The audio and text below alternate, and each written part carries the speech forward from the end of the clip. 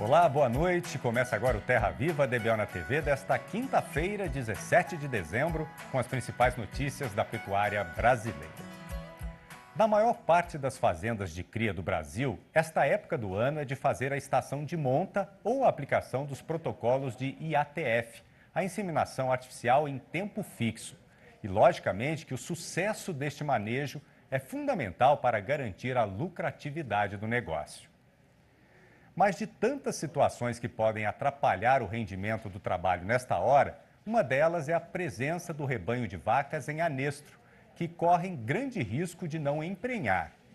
E o caminho para resolver essa questão é um dos assuntos do nosso editor Sidney Maschio, que continua trabalhando de casa como medida preventiva por causa do agravamento da pandemia da Covid-19.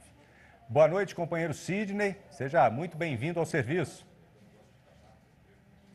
Boa noite, companheiro Vinícius. Muito boa noite para os companheiros boiadeiros e para as companheiras boiadeiras do Brasil inteiro. Rompendo o Varjão numa toada sossegada, a boiada chegou descansada no estradão e sem ter mais preocupação a respeito do andamento do resto da função e da jornada, a comitiva viajadeira do Terra Viva DBO na TV chegou no ponto de arranchamento em tempo de se aprumar e convidar todos os companheiros boiadeiros e companheiras boiadeiras do Brasil inteiro para se juntar na roda da televisão e apreciar a nossa reunião novidadeira do dia. Pois é, né? O anestro, que é quando a vaca não manifesta nenhum sinal de cio, pode ser provocado aí por vários motivos, né? Mas sempre vai ser uma grande consumição para o companheiro fazendeiro, principalmente para quem trabalha com IATF, que não pode deixar a vaca para trás e nem pode gastar protocolo bom com barriga ruim de pegar cria, né? Mas uma pesquisa recente, feita pelo pessoal da Unesp, da Unesp, né? A Universidade Estadual Paulista de Botucatu, corrigindo, Unesp, Universidade Estadual Paulista, lá do campus de Botucatu, pessoal muito bom. Essa pesquisa deixou comprovado que com um investimento ligeiramente maior é possível garantir a prenhez de muitas dessas matrizes que estão apresentando esse tipo de problema, né? E para esticar uma prosa a respeito de como é que isso pode ser feito, a gente está tendo a satisfação de receber aqui no nosso arranchamento eletrônico a visita virtual do médico veterinário Isaías Claro Júnior, gerente de serviços técnicos de bovinos da Zoetis, que vai participar do programa falando ao vivo por vias internéticas, diretamente de Andradina, aqui no interior do estado de São Paulo. Muito boa noite, Isaías. Muito obrigado pela sua consideração com os amigos pecuaristas e as amigas pecuaristas do Brasil inteiro que estão aí na frente da televisão. Seja muito bem-vindo. Boa noite, Sidney. Boa noite a todos os telespectadores.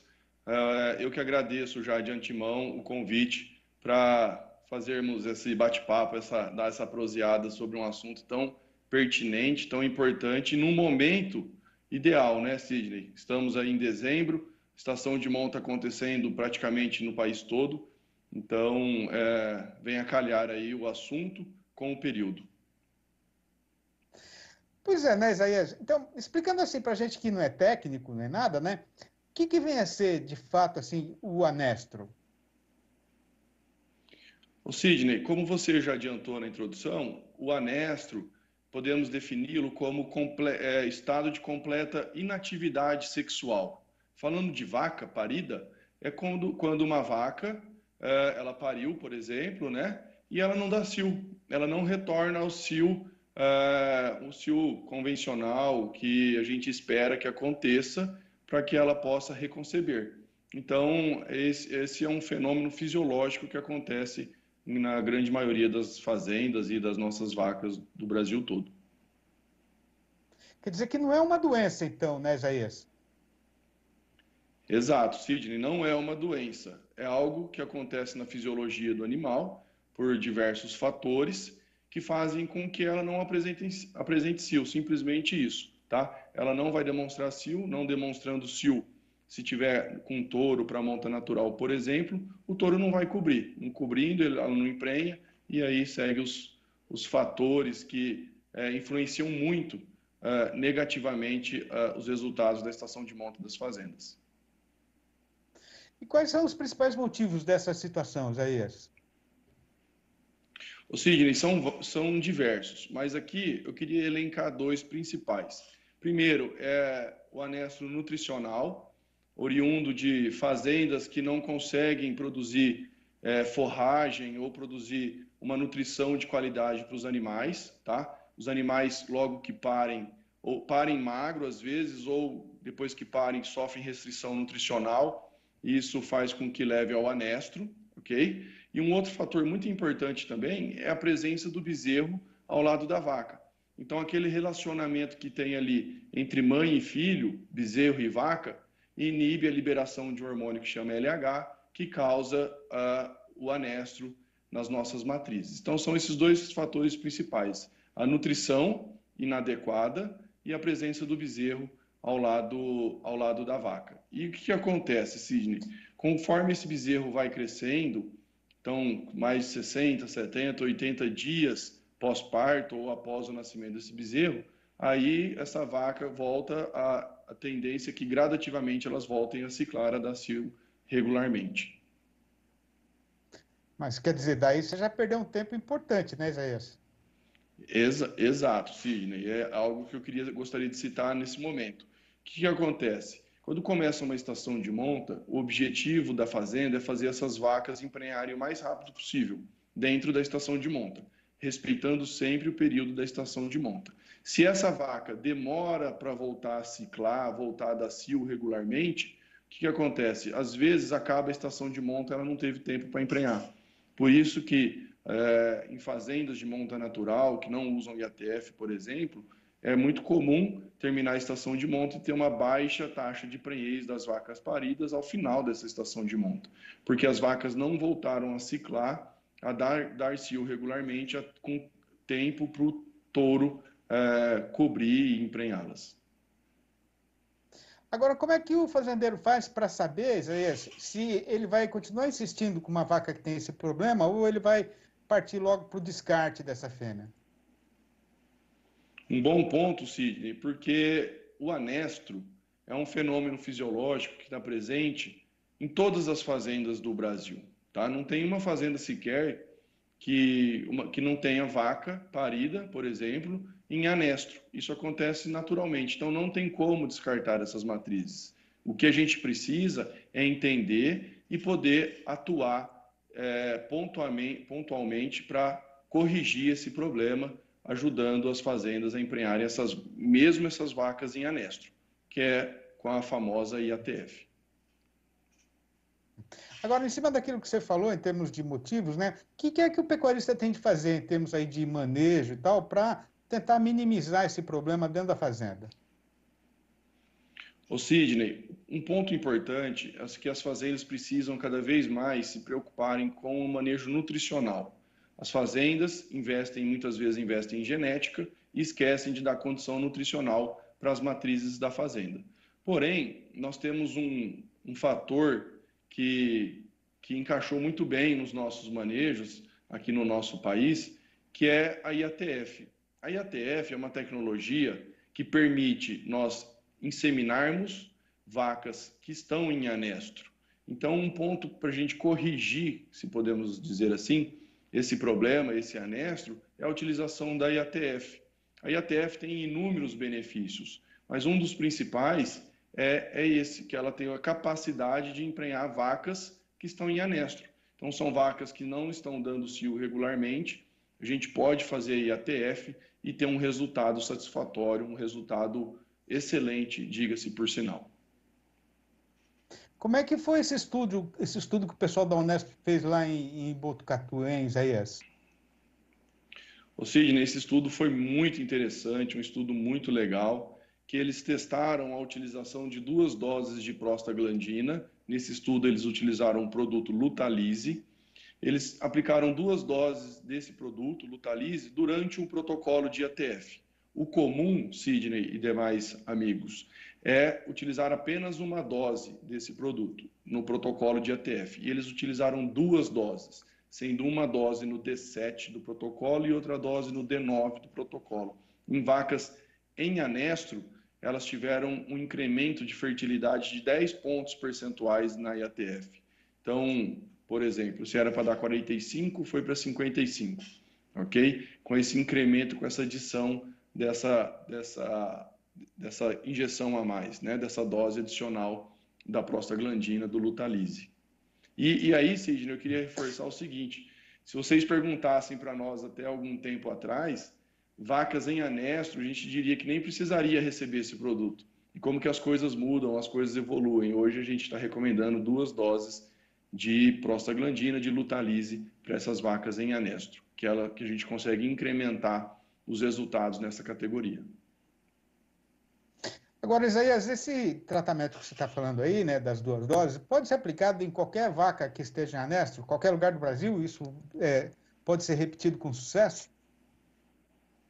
Perfeito, Sidney. Pode ser utilizado em qualquer fazenda, em qualquer manejo. É um manejo muito tranquilo, é uma dose adicional de um hormônio, é um manejo simples de ser feito, rápido, que as vacas já estão ali no curral para serem trabalhadas o protocolo, é aplicar uma dose a mais desse produto, Lutalize, que é uma prostaglandina, que a fazenda tem chance de ter um bom resultado nessa categoria, um incremento muito considerável nessa categoria de vacas em anestro. Agora, qual é a conta que o pecuarista tem de fazer para saber se vai compensar fazer isso na fazenda dele? Ou seja, esse é um bom ponto, né? É o retorno sobre investimento, né? O que esse investimento vai trazer de retorno para a fazenda? Se eu fiz umas contas simples antes de começar o programa, se a fazenda utilizar esse manejo e tiver um incremento de 5 pontos percentuais a mais, lembrando que no estudo incrementou 10 pontos percentuais, eu estou falando de 5 somente, ok? O produtor, o pecuarista, ele vai ter um retorno de 1 para 20. Então, ele vai investir R$1 e vai retornar 20. É um retorno, é uma conta muito simples, que é o que você vai investir adicional, que é uma dose a mais de produto, que é um produto barato, e você vai ter um retorno pelo incremento, pelo maior número de vacas prenhes de inseminação artificial. Então, e outra conta interessante que a gente gosta de fazer também é o seguinte: se você não fizer essa dose adicional, por exemplo, ia dar 50% de prenhez. Se você fizer essa dose adicional e ela der 50,2, já paga o investimento. É uma conta que a gente gosta muito de fazer aqui também no nosso dia a dia. A gente costuma dizer que não é difícil até fazer conta, porque o investimento é tão pequeno para um retorno tão grande. Tá certo, de 1 para 20 vale a pena, né? Isaías, queria agradecer demais a sua participação aqui no programa. Você sabe que a gente está sempre com a porteira do rancho aberta, né? Sempre que puder, dá uma ligadinha para a gente prosear mais um pouco. Obrigado, abração, viu, Isaías? Até uma próxima. Eu que agradeço. Um abraço a todos. Boa noite. Boa noite. E a gente volta agora para os nossos estúdios no bairro do Morumbi, aqui na capital de São Paulo, com o companheiro Vinícius Marra. Obrigado, viu, Sidney? Daqui a pouco você volta com o fechamento do mercado do boi gordo. Vamos agora para o nosso primeiro intervalo e já voltamos com as informações do IBGE para o abate de bovinos no terceiro trimestre deste ano. Não saia daí. Estamos de volta com o nosso Terra Viva DBO na TV. O abate de bovinos caiu no país no terceiro trimestre deste ano. É o menor volume registrado nos meses de julho a setembro desde 2016. Os dados divulgados pelo IBGE mostram que de julho a setembro de 2020 foram abatidos 7.690.000 cabeças de gado no país, 806.000 animais a menos, um recuo de 9,5% em comparação com o mesmo período do ano passado. Este resultado é o mais baixo para um terceiro trimestre desde 2016. Porém, o volume é 4,6% maior que o registrado no segundo trimestre deste ano. Mato Grosso continua liderando o abate de bovinos, com 18,4% da participação nacional, seguido por Mato Grosso do Sul, responsável por 11%, e São Paulo, com 10,5% dos abates. Já a aquisição de leite cru é recorde no terceiro trimestre de 2020. A compra feita pelos estabelecimentos que atuam sob algum tipo de inspeção sanitária foi de 6 bilhões e 450 milhões de litros, um aumento de 2,6% em relação a julho, agosto e setembro de 2019. Apesar dos impactos econômicos causados pela pandemia da Covid-19, esse resultado é o melhor da série histórica iniciada em 1997. O valor bruto da produção agropecuária de 2020 foi estimado em 885 bilhões e 800 milhões de reais, o que representa uma alta de 15% na comparação com 2019. O índice foi calculado pelo Ministério da Agricultura com base nos dados de novembro. As lavouras puxaram o crescimento do valor bruto da produção agropecuária, com alta de 19%. Os destaques ficaram para os faturamentos da produção de trigo, soja e café. Para a pecuária, a estimativa é de 7% de alta no faturamento. As carnes suína e bovina foram as que mais contribuíram para o resultado, com altas de 23% e de 14,5%. O crescimento das exportações explica a alta de 15% no valor bruto da produção agropecuária em 2020, na comparação com 2019. Para 2021, a projeção é de que o faturamento do setor seja de R$1 trilhão. Vamos para mais um intervalo? Na volta, a análise do editor Sidney Maschio para o mercado do boi gordo nesta quinta-feira em todo o Brasil. Voltamos em instantes. Estamos de volta com o Terra Viva DBO na TV. E vamos voltar a chamar para o nosso rancho eletrônico o companheiro Sidney Maschio, que traz agora o comportamento do mercado do boi gordo nesta quinta-feira em todo o país. Como ficou o mercado hoje, Sidney? Obrigado, Vinícius. Então, faltando agora só uma semana para o dia de Natal, o companheiro boiadeiro já pode ficar preparado que daqui para frente a gente só vai achar no mercado notícia de derriçada geral da cotação e o carretão deve ficar do jeito que ele está agora, largado no eito e embicado no rumo de descida do estradão. O caso que está sendo acontecido é que, conforme tem sido falado e repetido aqui constantemente, é que agora os mercados estão razoavelmente abastecidos e com a demanda ligeiramente menor do que nos anos recentemente passados, o estoque de mercadoria guardado na Câmara Fria da indústria está sendo perfeitamente suficiente para atender aí a precisão do comércio de carne no atacado, A respeito da exportação, o amigo fazendeiro também não deve alimentar nenhuma ilusão de que possa haver aí uma possível reação no volume exportado, no volume embarcado, porque o comprador estrangeiro também, nessas alturas, já passou o traço, fechou a conta do ano e agora só vai voltar a trabalhar lá para depois do meado de janeiro. A questão, então, continua sendo a de esperar para ver qual vai ser o procedimento do consumidor brasileiro nas próximas semanas, porque com o avançamento do calendário, o dinheiro do salário já foi levado pelo vento, a ajuda emergencial do governo federal acaba agora, e aí o trabalhador que continua empregado vai ter de resolver o que é que vai dar para fazer com o restinho que sobrou do 13º. No balanço do dia da Scott Consultoria, foram registradas mudanças nas cotações em 16 das 32 regiões pesquisadas no país inteiro.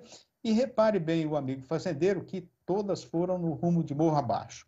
Pois então, para dar sabedência e fazer a conferência da lista, eu peço novamente a interferência do companheiro e apresentador e jornalista Vinícius Marra. Acompanhem.